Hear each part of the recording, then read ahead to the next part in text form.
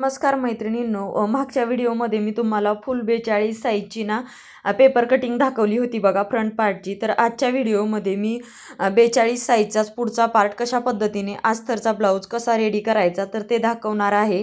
Video लास्टपर्यंत नक्की बघा. बघू शकता आधी मेन फॅब्रिक आहे तर ते उलटं ठेवून अशा पद्धतीने जे हुकलूकची साईड आहे ना तर ती समोरासमोर येईल अशा पद्धतीने ठेवून घेतलं आणि त्यावरती अस्तर ठेवलं आणि अस्तर आणि मेन पार्ट आहे तर ते लगेचच जोडायला घेतले. एक साईडचे जोडून झाला, लगेचच दुसऱ्या साईडचा जोडून घेतला. हाताने व्यवस्थित आपला असा दाब राहू द्यायचा जेणेकरून मध्ये जिथे आहे ना कटोरीचा पार्ट तिथे फुगा वगैरे येणार नाही. गोल साईडला गोलमध्ये स्टिप टाकून घ्यायची आणि यानंतर बरोबर साईडने ठेवून ते चेक करून घ्यायचे समोरासमोर आलेले आहेत का तर ते.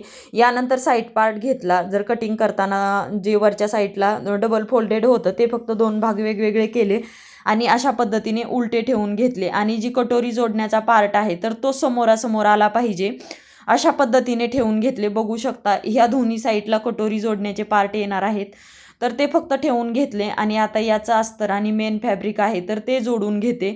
व्यवस्थित जोडायचं. 1/2 इंच तरी शिलाई मार्जिन साईडने राहू द्यायची जोडत असताना आणि फुगा वगैरे येणार नाही. हाताचा दाब राहू द्यायचा. जसा आकार आहे तर तशा पद्धतीने टीप टाकून घ्यायची. तर असा मी एक पार्ट जोडून घेतला. अशाच पद्धतीने दुसरा पण पार्ट मी जोडून घेणार आहे. तर दोन्ही पार्ट मी जोडतच आहे. तोपर्यंत व्हिडिओला लाईक करा. तर बघा आता जोडल्याच्या नंतर जे आहे जे आपण अर्धा इंच जे चारही पार्टला म्हणजे कटोरीच्या साईडला साईड पार्टला कटिंग करताना आपण मेन फॅब्रिक अर्धा इंच तरी 1/2 इंच जसं कपडा असेल ना, जर कमी कपडा असेल तर कमी मार्जिन ठेवतो, जास्त असेल तर जास्त. एकतर मोठी साईज आणि ब्लाऊज पीस कमी अशा पद्धतीनं असेल तर मी थोडंच ठेवलेलं होतं बघा मार्जिन. तर ते आहे तर ते व्यवस्थित फक्त फिनिशिंगमध्ये कटिंग करून घ्यायचं. जसं आहे तशा पद्धतीने मी कटिंग करून घेतलं. साईड पार्ट दोन्ही कटिंग केले. यानंतर कटोरीचे पार्ट दोन्ही साईडचे कटिंग करून घेते. जेवढे एक्स्ट्राचे आहे तर तेवढे तशा पद्धतीने कटिंग करून घेतल्याच्या नंतर आधी मी कटोरीला टक्स टाकून घेणार आहे. तर दोन्ही कटोरी समोरासमोर ठेवली. यानंतर मध्यातून कटोरी अशा पद्धतीने फोल्ड केली आणि 1.25 इंच घेतलेला आहे बघा. आणि वरती उंचीमध्ये मी 3 इंच उंचीमध्ये घेतलेला आहे कारण या ब्लाऊजची उंची 15 इंच आहे.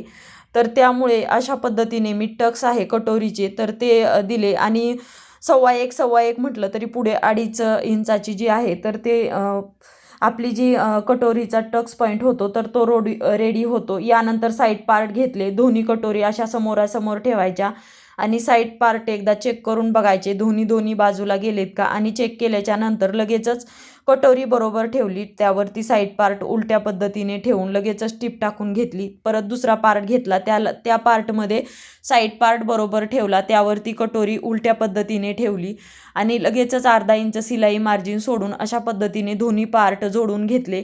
तर कटोरी आणि साईड पार्ट दोन्ही साईडचे पार्ट जोडल्याच्या नंतर एक लेवलमध्ये अशा पद्धतीने ठेवून बघायचे. कमी जास्त झाले असेल तर एक लेवलमध्ये म्हणजे कटोरीच्या साईडला कटिंग करून घ्यायची. जास्त 1 इंचाचा फरक नाही पडला पाहिजे. 1/2 इंच अर्धा इंचापर्यंत ठीक आहे पण तिथून पुढे जास्त फरक नाही पडला पाहिजे कारण कटिंग करतानाच तेवढी काळजी घ्यायची. आणि लगेचच मी दुसरी टीप टाकून घेते. तर अशा पद्धतीने मी दोन्ही साईडला डबल टीप टाकून साईड पार्ट रेडी करून अशा पद्धतीने ठेवून घेतले. लगेचच योकपट्टी घेतली आणि वरच्या बरोबरच्या साईडने उलटी योकपट्टी ठेवलेली आहे आणि अस्तरची पट्टी खालच्या साईडने लावली. आणि यानंतर काय करायचं, तिन्ही पार्ट अशा पद्धतीने व्यवस्थित पकडायचे. तिन्ही पार्ट एक म्हणजे 2 जे आहे ती योकपट्टी आणि साईड पार्ट दोन्हीच्या मध्ये पकडून 1/2 इंच ते 1/2 इंच शिलाई मार्जिन सोडायचं. अशा पद्धतीने कुठलाही पार्ट कपड्यामधून म्हणजे साईड पार्टमधून निसटला नाही पाहिजे याची काळजी घ्यायची. अशा पद्धतीने चेक करायचं आणि परत एक टीप टाकायची. तर अशी मी योकपट्टीला परत एक टीप टाकून घेतली आणि परत एक टीप टाकल्याच्या नंतर शोल्डरपासून आहे तर ती योकपट्टी आतमध्ये फोल्ड करायची आणि अस्तरची योकपट्टी आणि मेन योकपट्टी ह्या दोन्ही एकावर एक ठेवायच्या आणि 1/2 इंच शिलाई मार्जिन देऊन अशा पद्धतीने या साईडला सुद्धा टीप टाकून घ्यायची. आणि टीप टाकल्याच्या नंतर जो जास्तीचा भाग असतो बघा योकपट्टीचा आकार दिलेला आपण हुकलूकच्या साईडला आकार येत असतो योकपट्टीचा जास्तीचा भाग असतो तर त्या साईडने ही बाहेर काढायची. अशा पद्धतीने व्यवस्थित बाहेर काढायचं आणि बघा असा हा आपला योगपट्टी जोडून झालेली आहे. अगदी फिनिशिंगमध्ये योगपट्टी खूप छान अशी जोडून होते. खालच्या साईडला दाबटीप टाकून घ्यायची, व्यवस्थित दाबटीप टाकायची, एक लेवलमध्ये कटिंग करून घ्यायचं. परत त्या साईडने बी दाबटीप टाकली तरीसुद्धा चालतं. एक टीप टाकली तरीसुद्धा पार्ट जोडण्याच्या आधी ही सुद्धा मी योगपट्टी अशीच जोडून घेणार आहे. एका साईडची तर तुम्हाला दाखवली बघा. दोन्ही साईडच्या मी योगपट्टी जोडून घेतल्याच्या नंतर हुक आणि लुक्स बनवण्यासाठी मी अशी एक पट्टी काढलेली आहे. जी मागच्या पार्टची गळेची पट्टी आहे तर ती पट्टी काढली. तर ही 2 इंचाची पट्टी आहे.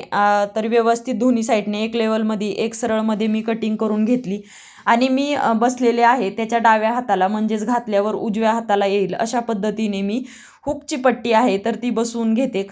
खाली आल्याच्या नंतर खालच्या साईडला फोल्ड करून घेतली, व्यवस्थित कटिंग केली आणि बघा वरून परत एक दाबटीप टाकायची. ही हुकची पट्टी आहे. हुकची पट्टी आतल्या साईडला जात असते. परत एक फोल्ड केला, परत एक फोल्ड करायचा आणि अशा पद्धतीने आधी खालच्या साईडला आडवी टीप टाकायची, नंतर उभे व्यवस्थित पकडायचं. 1 इंचाचं एवढी पट्टी आपली खालच्या साईडला फोल्ड झाली अशी रेडी झालेली आहे. तर हुकची पट्टी तयार केली.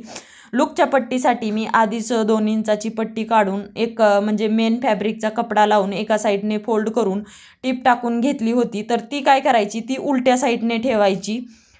तर उलट्या साईडने ठेवायची आणि त्यावरती सवाशी, कारण जेणेकरून ही पट्टी वरून येत असते. तर अशा पद्धतीने मी जोडून घेतली. वरून परत एक याला दाबटीप टाकून घ्यायची, व्यवस्थित दाबटीप टाकायची खालच्या साईडने. त्याच पद्धतीने फोल्ड केलं, नंतर वरून हे फोल्ड करून घेतलं आहे बघा. वाढीव पट्टी बाहेरच्या बाजूने थोडीशी सोडायची आणि जी आपण जोडलेली पट्टी आहे का तर त्या पट्टीवरती जरी आलं किंवा त्याच्या थोडंसं पाव इंच पुढे जरी आलं तरी चालतं.